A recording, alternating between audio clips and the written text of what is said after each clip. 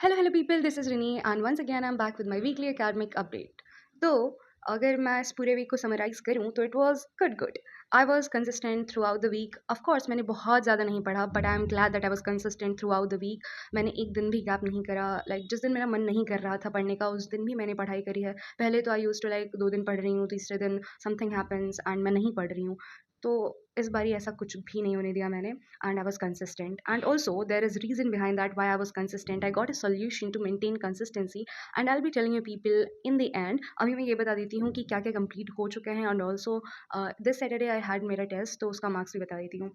तो बायो में हमारा रेस्पिरेशन स्टार्ट हो चुका है जिसमें फर्मेंटेशन तक हो चुका है एंड केमिस्ट्री में हमारा आइसोमेरिज्म स्टार्ट हो चुके हैं and also let me tell you people कि मैंने ऑनलाइन लेक्चर्स लेना बंद कर दिया है।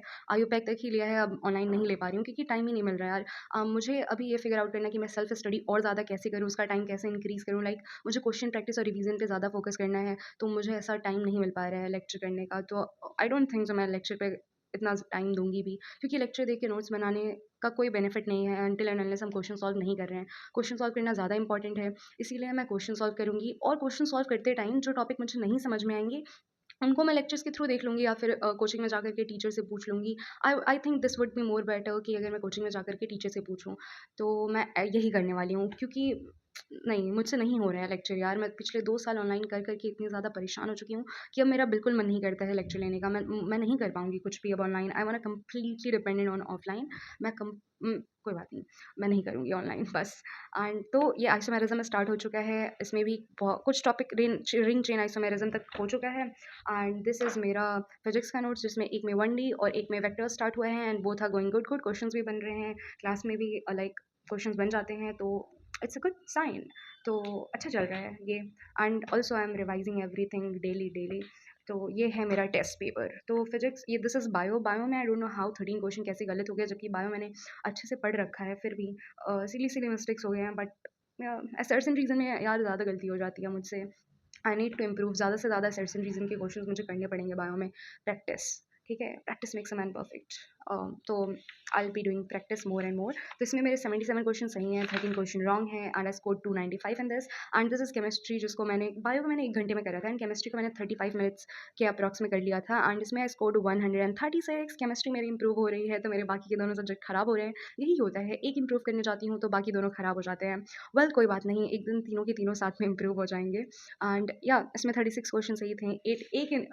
एक 8 क्वेश्चन गलत थे और एक क्वेश्चन जो था वो मैंने स्किप करा था क्योंकि वो सर ने भी पढ़ाया नहीं, वो टॉपिक उस टॉपिक से दिया था। वैसे तो सर ने 2 और क्वेश्चन ऐसे बिना पढ़ाए हुए टॉपिक से दे रखा है, पर कोई बात नहीं, चलता है। एंड या moving on to the physics जिससे मेरा मूव ऑन नहीं हो पा रहा है इस वाले टेस्ट में। लाइक मैं फिजिक्स में कम मार्क्स बर्दाश्त नहीं कर सकती यार। बायोकेमिस्ट्री में फिर भी टू सम एक्सटेंट चलता है मेरे को, बट आई वांट मेरी फिजिक्स सबसे बेस्ट हो। इसमें मैंने इतनी ज़्यादा सिली मिस्टेक्स कर दी, मैंने यूनिट मेजरमेंट रिवाइज ही नहीं किया था यार। वरना ऐसा छोटी-छोटी क्वेश्चंस में कौन गलती करता है बताओ? ये क्वेश्चन कैसे किसी से गलत हो सकता है? पर मैंने कर दिया क्योंकि मैंने रिवाइज़ नहीं किया था एंड या वो मेरी गलती थी, मुझे रिवाइज़ करके जाना चाहिए था। तो मैं और बेटर स्कोर कर पाती। तो overall I am scoring around 530 marks. अगर ओएमआर से चेक करा जाएगा तो मेरे और मार्क्स कम हो सकते हैं बिकॉज़ ओएमआर में मैंने ब्लंडर कर दिया था। बिकॉज़ देखो मैंने पूरा ओएमआर लास्ट के 15 मिनट्स में फिल किया था जिसकी वज़ह से मैं पैनिक कर गई एंड उसमें मैंने 3-4 गलतियाँ कर दी थी। पर कोई बात नहीं, हम गलतियों से ही सीखते हैं तो ठीक है। हम इस क्लास टेस्ट में जितनी ज़्यादा गलतियाँ करेंगे उतनी ही कम गलतियाँ हमारे नीट के एग्ज़ाम में होंगी। कुछ इसी तरह से मैं खुद को दिलासा देती हूँ हर टेस्ट के बाद क्योंकि I don't have any other option. Well this is my diary and I have been consistent throughout the week और इसमें मैंने टू डी लिस्ट मेंटेन किया। Now I will be telling you how I have been consistent throughout the week. तो मैंने यहाँ से start करा and I said कि भाई साहब एक बार फिर से शुरू से स्टार्ट करते हैं सब कुछ कंसिस्टेंट रहने के लिए। तो how I have been consistent throughout the week मैं ये बता देती हूँ। तो एक दिन क्या हुआ कि मेरे वाईटी पे एक वीडियो रिकमेंड आती है। वैसे मेरे वाईटी की हिस्ट्री ऑफ है and I was watching a lecture जिसके नीचे आती है एक वीडियो रिकमेंड करती है मुझे। It was of medico and वो 3rd ईयर एमबीबीएस में है। उनकी वीडियो मेरे सामने आती है, मैं उनकी वीडियो ओपन करती हूँ and boom, I got the solution for my inconsistency. तो उसमें उन्होंने बताया कि वो क्या करते थे कि अपने टाइम पे वो अपनी टू डू लिस्ट डेली बनाते थे, अपने टीचर को शो करते थे एंड जिसकी वजह से क्या था कि वो टीचर को अकाउंटेबल थे कि हाँ, I am doing this and this daily. तो वो अपने टीचर को दिखाते थे और टीचर उनके उस पे साइन करते थे पूरा, तो जिसकी वजह से वो कंसिस्टेंट थे। तो फिर मैंने आज वीडियो देखी and next day I went to my teacher. मैं मेरे टीचर के पास गई एंड गेस व्हाट, मैं किस टीचर के पास गई? मैं उस टीचर के पास गई जिनसे मुझे थोड़ा ज़्यादा डर लगता है एंड वो ज़्यादा अच्छी बेइज़्ज़ती कर लेते हैं और वैसी बेइज़्ज़ती करते हैं जो पूरा फ़ील होता है और समझाते भी अच्छा हैं, of course he is sweet also.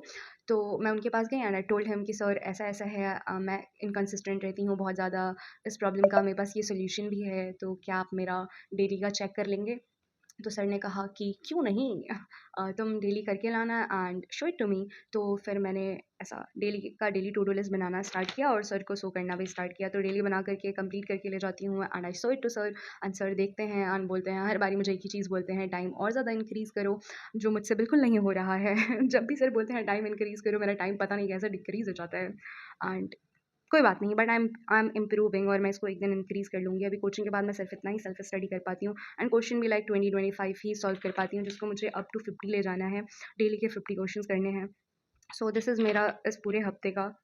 Like देखो, मैंने टेस्ट के लिए यूनिट एंड मेजरमेंट रिवाइज़ नहीं किया था, इसी वजह से फिजिक्स में अच्छे मार्क्स नहीं आए हैं एंड कल all I did was analysis. कल मैंने सिर्फ टेस्ट आफ्टर द टेस्ट मुझे लगा टेस्ट बहुत अच्छा गया है, लाइक मैंने कहा कि ठीक है फिजिक्स अच्छा नहीं गया, बट केमिस्ट्री और बायो अच्छा गया होगा, बट मैंने मैथ्स डिड फ्रॉम आंसर की, तो मेरा बायो भी खराब गया था भाई साहब।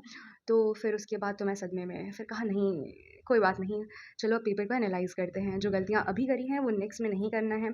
तो फिर मैंने, हिम्मत तो नहीं हो रही थी मेरी, पर फिर भी I open the question paper and फिर उसकी एनालिसिस करी प्रॉपर। मैंने प्रॉपर पूरा सब कुछ लिख लिख करके सब कुछ एनालाइज़ किया मैंने कि कहाँ पे क्या गलती करी थी मैंने। तो कल पूरा दिन I did only test, I give test and उसकी एनालिसिस करी एंड आज आज टुडे वाज़ संडे, मैं घर पे होती हूँ तो मेरी बिल्कुल पढ़ाई नहीं हो पाती, इसीलिए आई डोंट लाइक संडेज़। मैं चाहती हूँ कि संडे को भी कोचिंग रहे और मैं कोचिंग जाऊँ, क्योंकि मैं फिर पढ़ पाती हूँ यार अच्छे से, उसकी वजह से मैं कंसिस्टेंट रह पाती हूँ। और आज संडे था एंड घर पे इतना ज़्यादा केओस था कि मैं बिल्कुल भी कुछ भी नहीं पढ़ पाई। सुबह से I studied only for 1 hour and 14 minutes somehow, but yeah this is what I studied for. But कोई बात नहीं, मैं इसको थोड़ा-सा और अभी पढ़ लूँगी, आई हैव टाइम, और रात में भी थोड़ा बहुत पढ़ लूँगी तो हो जाएगा। पर बस थोड़े बहुत से तो कुछ नहीं होगा यार, बहुत ज़्यादा पढ़ना पड़ेगा।